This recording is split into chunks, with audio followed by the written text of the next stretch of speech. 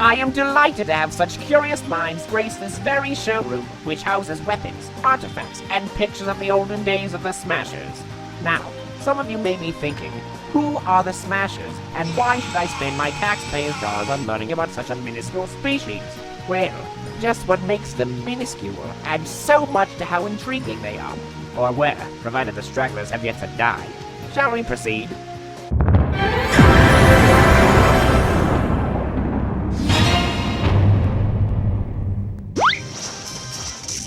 So just who are these Smashers?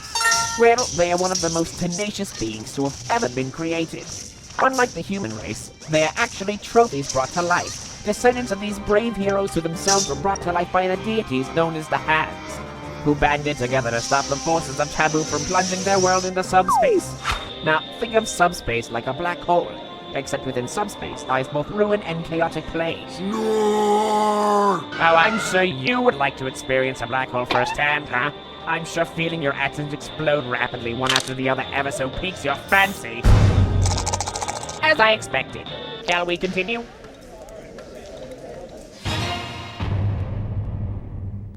As time went on, more trophies spawned and multiplied excessively from the original saviors. They became less like their source materials and took on their own unique personas.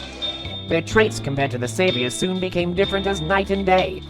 Pictures from their world, which was simply called the World of Trophies, were too deteriorated and fragile to keep exposed, so they were all scanned, restored, and digitally preserved. I almost laughed when I saw how excessively jaggy and small the pictures were, but moving on. Gaze upon the Smashers. Differing personalities aplenty. Villains like that white Mauser turned builders. Hedgehogs like that fruit-obsessed hyperactive twit, far from the heroic not as hyperactive hero of Mobius. And especially that Pit, more laid back and could actually fly, as opposed to the proud tool-assisted protector of Angel Land. Angel Land? Are you goddamn serious? It's a long story. Care to see the Armoury section? Smashers were known for their tenacity and fighting prowess. To go against one of them in their prime would not only be a test of strength, but of stamina too. Even so, there were some, shall we say, less than experienced fighters who needed some form of fighting aid to turn the tides of battle. What you see before you is but a small group of items that the Smashers would often use, some more powerful than others, of course.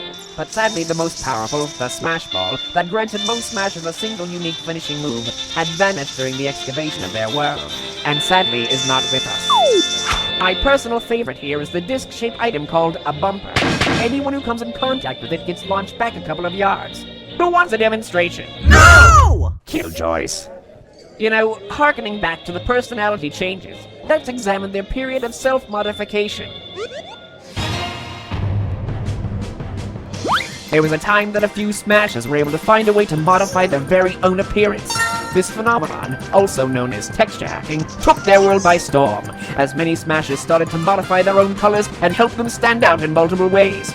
Many needed another to aid them in their own hacks, but handfuls were able to modify themselves and go beyond simply recolors, modifying their whole bodies to look like completely different characters and going further to alter the planes they traversed. Truly spectacular, is it not? They look like band characters! Don't get me started on the Sonic texture hacks.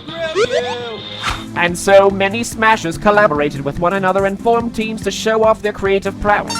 Not just in texture hacks, but delving into the world of cinematography and telling stories using stock Smashers, or at rare times, themselves. Most of their work took heavy inspiration from outside sources, commonly Japanese animations, by the way. There were many teams, such as Virtual Smash, Electronic Core, Das Donkey Team, Daironto Glitch Force, Elite Smash Hackers, oh, the list goes on and on.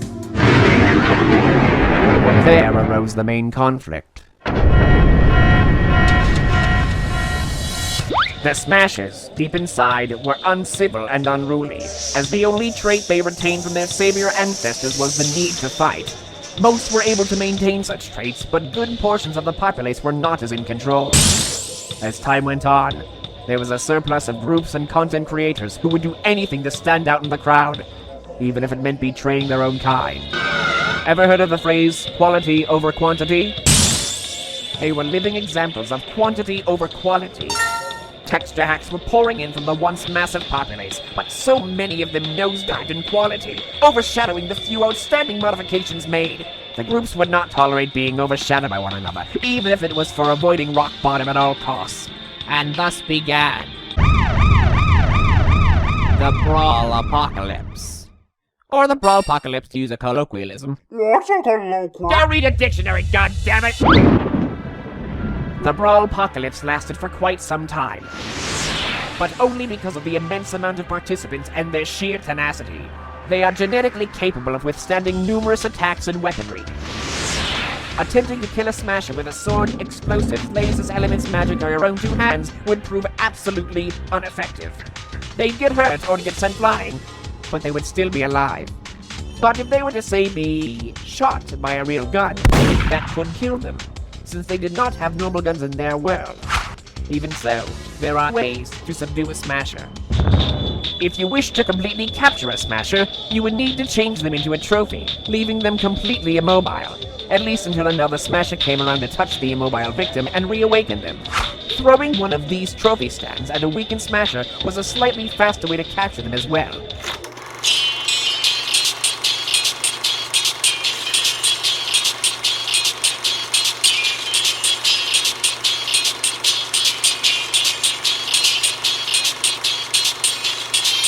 For a select few, however, they wielded this. The Dark Cannon. A fairly heavy weapon, but can revert a smasher into a trophy instantly. I've heard that if this is used on a non-smasher, it can cut through you like butter. Nothing concrete on that rumor, yet.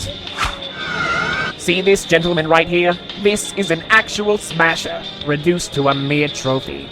Shame, really. Being a trophy truly is a prison for these smashers. But during the brawlpocalypse, if you weren't fighting, you would be forcefully drafted to fight, or executed by having yourself turned into a trophy and smashed to pieces. Smasher trophies are fairly resilient, so who knows how much force it would take to break one. Being crushed by Giga Bowser, perhaps? Who knows?